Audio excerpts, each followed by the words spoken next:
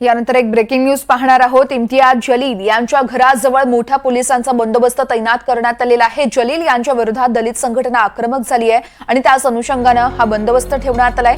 इम्तियाज जलील यांचे कार्यकर्ते देखील घराजवळ जमलेले आहेत। इम्तियाज जलील यांच्या नवीन घराजवळ पोलीस बंदोबस्त तैनात करण्यात आलाय। तसेच जलील यांचे कार्यकर्ते देखील याच घराजवळ मोठ्या संख्येने उपस्थित आहेत।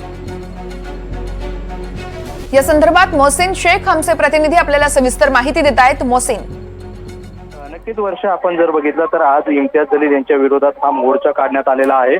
बडकर गेट पर्यंत हा मोर्चा पोहोचला आहे आणि भाषण देखील सुरू आहे। मात्र याच वेळी कोणताही कायदा सुव्यवस्थेचा प्रश्न निर्माण होऊ नये यासाठी इम्तियाज जलील यांच्या नवीन घराबाहेर पोलिसांचा बंदोबस्त वाढवण्यात आलेला आहे। मोठ्या प्रमाणात पोलीस त्या ठिकाणी तैनात असल्याचं आपल्याला पाहायला मिळतंय। तर सोबतच इम्तियाज जलील यांचे कार्यकर्ते देखील त्यांच्या घराबाहेर जमल्याचं आपल्याला पाहायला मिळतं। त्यामुळे एकंदरीत पोलिसांकडून या सगळ्या मोर्चाच्या पार्श्वभूमीवर शहरात कुठेही कायदा सुव्यवस्थेचा प्रश्न निर्माण होणे याची काळजी घेतली जाते आणि त्यामुळे जलील यांच्या घराबाहेर पोलिसांचा बंदोबस्त वाढवण्यात आला आहे। वर्षा, निश्चितच मोहसिन, धन्यवाद आपण दिलेल्या या सविस्तर माहितीसाठी।